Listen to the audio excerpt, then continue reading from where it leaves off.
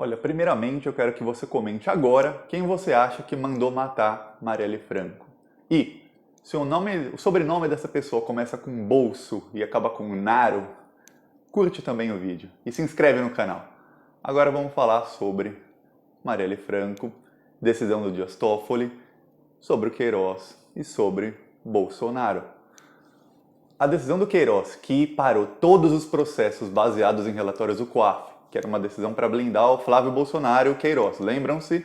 Isso foi em julho. Essa decisão também parou com a investigação da morte da Marielle Franco. Vocês sabiam disso? Pois bem, a morte da Marielle Franco, um dos investigados, é o Ronald Lessa, se não me engano esse é o nome do cara. E ele era vizinho do Bolsonaro. Ele também é investigado por tráfico de armas e por vários crimes. E uma das investigações dele iniciou com dados do COAF. Então, por causa disso, a investigação da morte da Marielle está paralisada a partir de hoje. Então, em uma canetada do Toffoli, ele conseguiu salvar o Flávio Bolsonaro, o Queiroz, todo o esquema de rachadinha de toda a família Bolsonaro, porque a gente sabe que está tudo interligado, entrelaçado, porque eles usavam os mesmos assessores. Tinha a filha do Queiroz trabalhou para o Flávio, trabalhou para o Carlos, para o Jair. Os outros familiares do Queiroz também mudavam de gabinetes e eles faziam isso também com familiares de outras pessoas. Eles tinham 102 pessoas trabalhando para eles, nesses anos todos, que eram familiares entre si e trabalhando nos gabinetes de toda a família Bolsonaro. Jair, Carlos, Flávio e Eduardo. Então era um esquema entrelaçado, um esquema muito bem feito. Então, com uma canetada, o Toffoli parou a investigação sobre isso, parou a investigação sobre a movimentação do Queiroz e conseguiu parar a investigação sobre a morte da Marielle. Mas sobre a morte da Marielle também tem uma outra notícia de hoje que saiu no Globo. O Ministério Público do Rio de Janeiro, na investigação sobre o Queiroz, eles tinham apreendido o celular de assessoras, ex-assessoras do Flávio Bolsonaro, entre elas a mãe do Adriano de Nóbrega. Para quem não sabe, Adriano de Nóbrega é o chefe da milícia Escritório do Crime, que é a milícia que mandou matar a Marielle, a milícia que matou a Marielle. E o Flávio Bolsonaro homenageou esse chefe da milícia que matou a Marielle, ele homenageou 2 vezes na Assembleia Legislativa. Ele deu emprego para a mãe e para a esposa desse ex-policial militar, chefe da milícia que matou a Marielle. Então, Flávio Bolsonaro, através do Queiroz, deu emprego para a mãe e para a esposa dele enquanto ele estava preso. Mas depois ele foi solto, fundou a milícia, cometeu vários crimes, são mais de 20 assassinatos, entre eles o assassinato da Marielle, e a esposa dele continuou trabalhando para o Flávio Bolsonaro por vários anos, de 2010 até 2018. São 8 anos trabalhando para o Flávio Bolsonaro. Hoje ficou sabendo que, aprendendo o celular dela, viram as mensagens do WhatsApp, ela foi demitida no fim do ano passado, porque o Queiroz descobriu que estava sendo investigado. Quando ele descobriu que estava sendo investigado, ele a demitiu para tentar evitar uma ligação entre Flávio Bolsonaro e a milícia que matou a Marielle. Então, e na conversa, o Queiroz diz isso para ela: eu não quero que haja ligação entre o seu marido, Adriano de Nóbrega, que na época já é ex-marido dela, ela disse depois, não, eu já estou casado com outra pessoa agora. E o Queiroz falou, eu não quero que vejam que tem ligação entre o seu marido com o Flávio Bolsonaro. Porque o cara é um miliciano criminoso que matou Marielle Franco e mais 19 pessoas. Marielle, o motorista dela, e mais 19, são 20 assassinatos. E aí ela disse, eu não sou mais casada com ele, eu já estou até em outro relacionamento e eu não vou mais usar o sobrenome dele, não se preocupa, eu não vou usar. Porque o Queiroz não queria nem que ela usasse mais o sobrenome do rapaz, porque é um criminoso.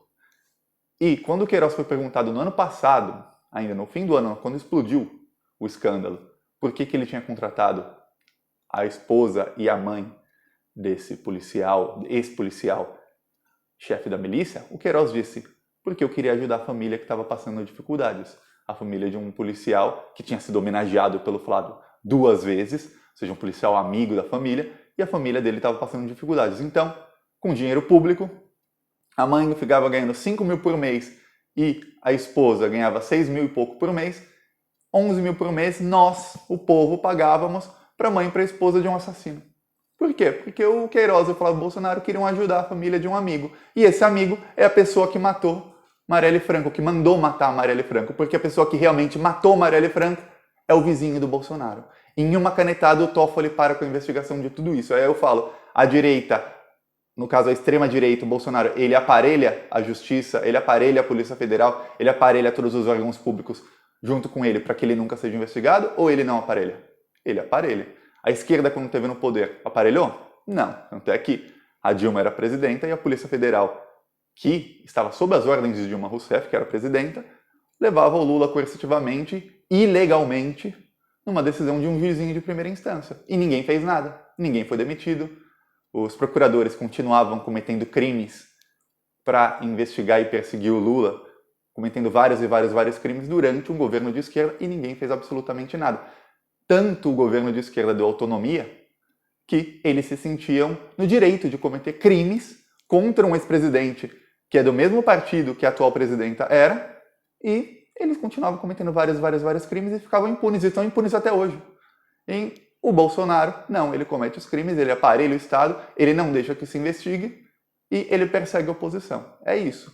E isso só vai mudar quando a esquerda voltar para o poder, e se a esquerda voltar para o poder e não for a esquerda bunda mole, como estava sendo, e aprender. Porque os discursos das lideranças de esquerda, vai ver, ainda é o mesmo discurso bunda mole. De, vamos respeitar as instituições, temos que dar força às instituições. Não, não tem não. Tem que perseguir os crimes dos governos anteriores, quando assumir, perseguir os crimes do Bolsonaro, desarquivar tudo que for arquivado, voltar todas as investigações que foram paradas, voltar. Mas foi arquivado. Dane-se. Volta, investigação, investiga e prenda. Aí sim, aí eu posso dizer, vão ser todos presos. Porque senão, gente, o Flávio Bolsonaro, o Jair Bolsonaro, os assassinos da Marielle, eles vão todos se safar. Eles vão todos se safar e eles vão ficar soltos. Assim como, eu falei num vídeo ontem, Fernando Henrique Cardoso cometeu tantos crimes com as privatizações e com tantas outras coisas. Fernando Henrique Cardoso nunca foi preso. Ele, até hoje, ele vive entre o apartamento dele de 40 milhões de reais em Paris, que ninguém nunca perguntou com que dinheiro ele comprou um apartamento de 40 milhões. Ele vai do apartamento dele em Paris para a mansão dele em Higienópolis, em São Paulo, um duplex, triplex, sei lá. Mas também um apartamento de não sei quantos milhões. E ele fica assim, viajando o mundo, aproveitando e nunca foi sequer incomodado. Então, a gente tem esperança de voltar ao poder em poucos anos, porque a gente vai se organizar para ganhar as eleições, mas a gente tem que começar desde já a cobrar que não sejam bunda moles. Parar com o bundamolismo e fazer o que não fizeram antes. Vamos perseguir quem estava no governo antes. Sim, os governos anteriores, sim, como o Bolsonaro faz. O que a gente também vai cobrar é que não aparelhem de maneira a parar investigações contra eles mesmos, porque a gente não pode confiar nunca em governo nenhum, de esquerda ou de direita, que se aparelhe o Estado de maneira a parar investigações até contra seus amigos.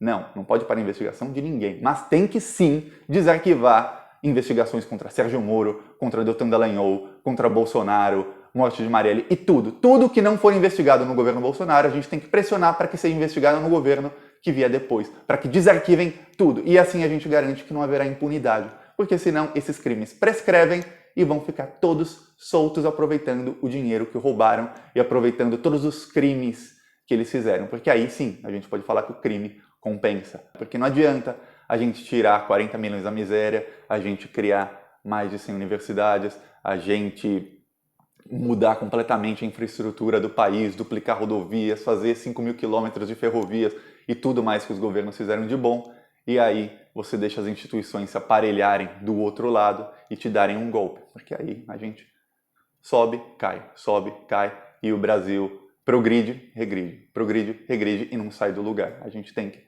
finalmente progredir e não deixar que os bandidos se apoderem de novo, como estão fazendo agora, nesse momento. Enquanto eu falo contigo, o Bolsonaro e o Congresso, eles estão nos roubando e a gente não quer que fiquem impunes. É isso, galera. Falou.